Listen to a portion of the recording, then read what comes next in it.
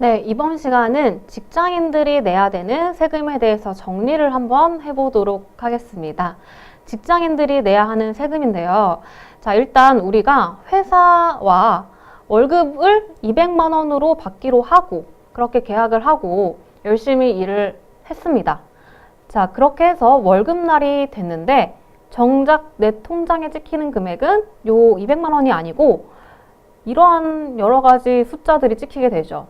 자, 왜 이렇게 숫자가 깔끔하지 못하게 찍히게 되냐면 여러 가지 공제 항목들이 있기 때문인데요. 그렇다면 나의 의지와는 상관없이 여러 가지 공제 항목들이 어떠한 것들이 있는지 그거를 한번 보도록 할게요. 먼저 보시면 국민연금, 그 다음에 건강보험, 장기요양보험, 고용보험 이런 식으로 연금이나 보험의 그러한 명칭으로 공제가 되고 있죠. 자, 요거를 4대 보험이라고 합니다. 여러분들 많이 들어보셨죠? 4대 보험이라고 하는데 요거는 엄밀히 말해서 세금은 아니에요. 세금은 아니지만 강제성이 있기 때문에 거의 준조세라고 표현을 합니다. 세금은 아니지만 거의 세금이다 라는 뜻입니다. 그래서 이러한 4대 보험이 있고요. 그 다음에 밑에 보시면 소득세와 지방소득세라고 되어 있죠. 이게 바로 세금이 되는 거예요. 그래서 지금 보시면 소득세 요게 이제 19,520원이 됐고 그 밑에 보시면 지방소득세라고 해서 이 소득세 정확하게 10%가 징수가 됐다라는 것을 보실 수가 있겠죠. 그래서 요 소득세와 지방소득세는 이 말 그대로 나의 소득에 대한 세금이 되는데 소득세는 나라에다가 납부를 하는 것이고 지방소득세는 지자체, 즉 시청이나 구청, 군청 이러한 지자체에다 납부를 하게 된다라는 차이가 있습니다. 그래서 일단 나의 월급 명세서에 따라 이렇게 보이는 그러한 것들이 4대 보험과 세금으로 크게 나누어진다라고 보실 수가 있겠고요. 세금부터 자세히 한번 보도록 할게요. 방금 보셨다시피 나라에다 내는 것이 바로 소득세고요. 거기에 10%를 지자체에다가 내게 됩니다. 요거를 지방소득세라고 한다라고 했습니다. 자, 그리고 4대 보험도 있었죠. 지금 앞에서 보신 거는 지금 건강보험에 이제 장기요양보험이 같이 따라다니긴 하는데, 자, 요거를 그냥 건강보험으로 묶어서 이야기를 보통 하고요.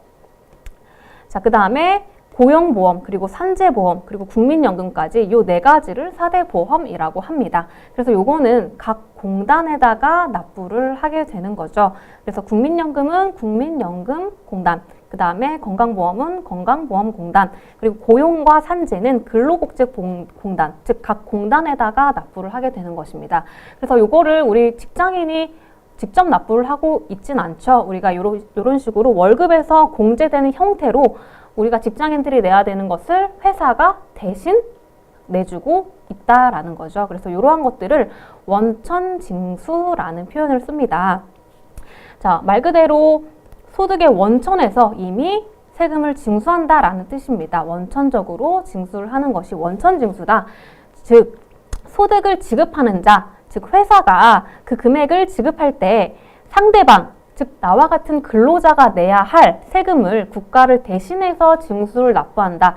즉 이 금액들을 제외하고 나머지 금액만 근로자한테 줌으로써 이미 그거를 갖고 있다가 근로자 대신에 나라에다가 납부를 한다라는 것이 원천징수라는 개념이 되겠죠. 그래서 일단 직장인들은 유리지갑이라고 하잖아요. 그래서 일단은 내 소득에 대해서 원천징수로 먼저 1단계로 세금을 징수당하게 됩니다. 그래서 이런 식으로 징수를 당하게 되고요. 이렇게 원천징수 당하는 그 금액적인 기준이 어떻게 되냐면 먼저 소득세 같은 경우는 간이세액표라는 일정한 표에 의해서 거기에 나와 있는 산식에 의해서 계산을 해서 그 금액만큼 원천징수를 하게 되는데요. 자, 이렇게 간이세액표는 말 그대로 간이에요.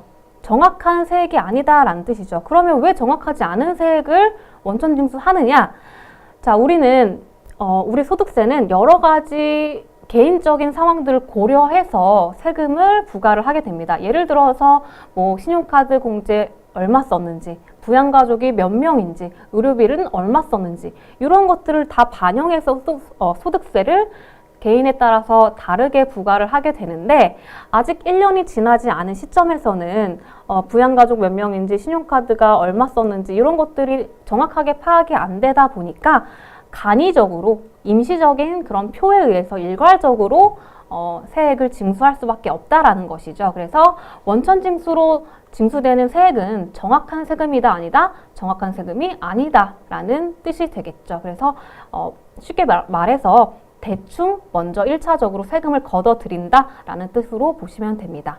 그리고 지방소득세는 간단해요. 소득세의 10%, 요거를 지방소득세로 원천징수를 하고 있고요.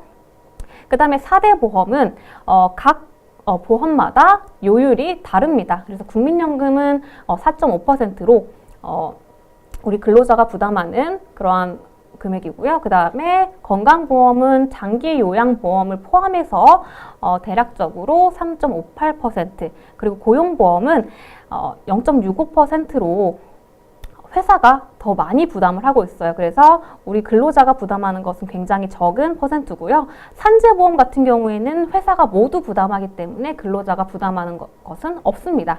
그래서 이러한 요율로 4대 보험도 같이 원천 징수를 당하고 있다라고 보시면 되고요.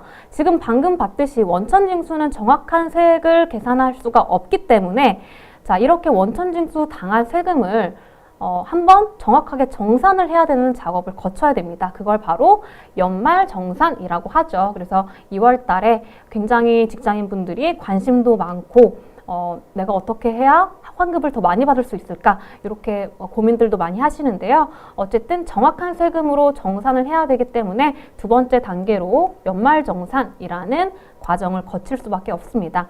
급여소득에서 원천징수 이미 했던 세액의 과부족을 연말에 정확하게 정산하는 일을 연말정산이라고 하고요.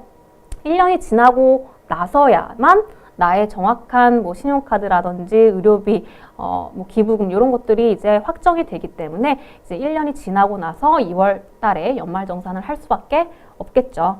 그래서 여러분들 이런 것들 많이 보시죠? 2월 연말쯤 되면 13월에 월급 미리미리 혜택 챙기세요라고 이렇게 여러 가지 여러분들이 관심도 많이 갖고 하는데 어쨌든 이런 식으로 다시 한번 정확하게 정산하는 형태로 직장인들이 소득세를 내고 있습니다. 자, 그래서 오늘은 직장인들이 내야 되는 세금을 알아봤고요. 다음 시간에 다시 뵙도록 하겠습니다.